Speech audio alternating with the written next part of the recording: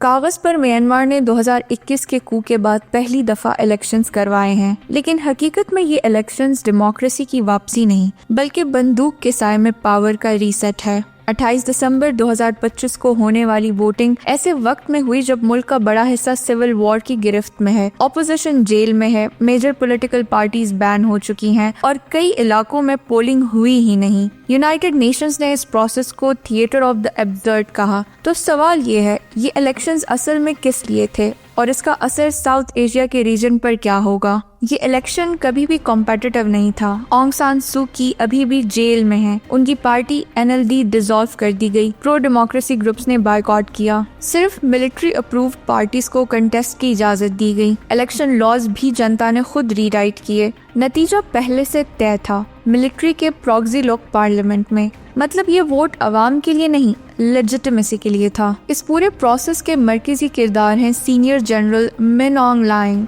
2021 कू के मास्टरमाइंड।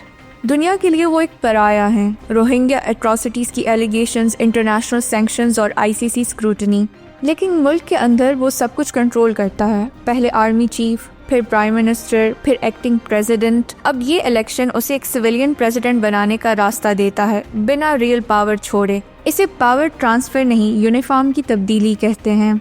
इस इलेक्शन का सबसे बड़ा कॉन्ट्रडिक्शन ये है कि ये एक एक्टिव सिविल वॉर के दरमियान हुआ। एथनिक आर्म ग्रुप्स और प्रो डेमोक्रेसी मिलिशियाज मुल्क के लार्ज एरियाज कंट्रोल कर रहे हैं। अराकन आर्मी, काचन, कारन और शान ग्रुप्स ने इलेक्शन को सीधा रिजेक्ट कर दिया है। उनके लिए कुछ भी चेंज नहीं हुआ। इसलिए एक बात क्लियर है, इलेक्शन के बाद भी जंग खत्म नहीं होगी। आइए इस सब में इंडिया का कैलकुलेटेड गेम समझते हैं।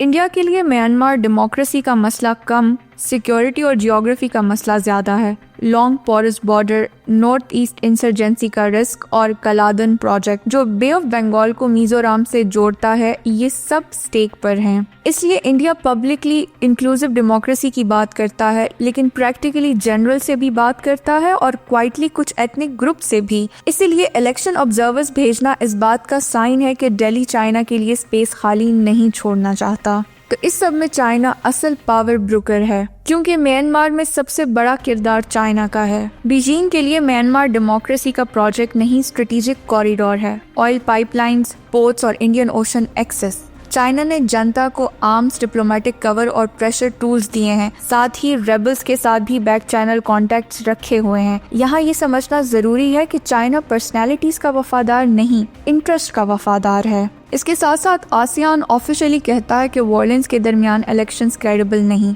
मगर ब्लॉक डिवाइडेड है और कोई हार्ड एक्शन नहीं ले रहा। वेस्ट ने इलेक्शंस को रिजेक्ट किया है और सैंक्शंस बरकरार हैं। इसका मतलब यह है कि म्यांमार ग्लोबल एक्सेप्टेंस नहीं, सेलेक्टिव एंगेजमेंट की तरफ जा रहा है। तो आगे क्या होगा?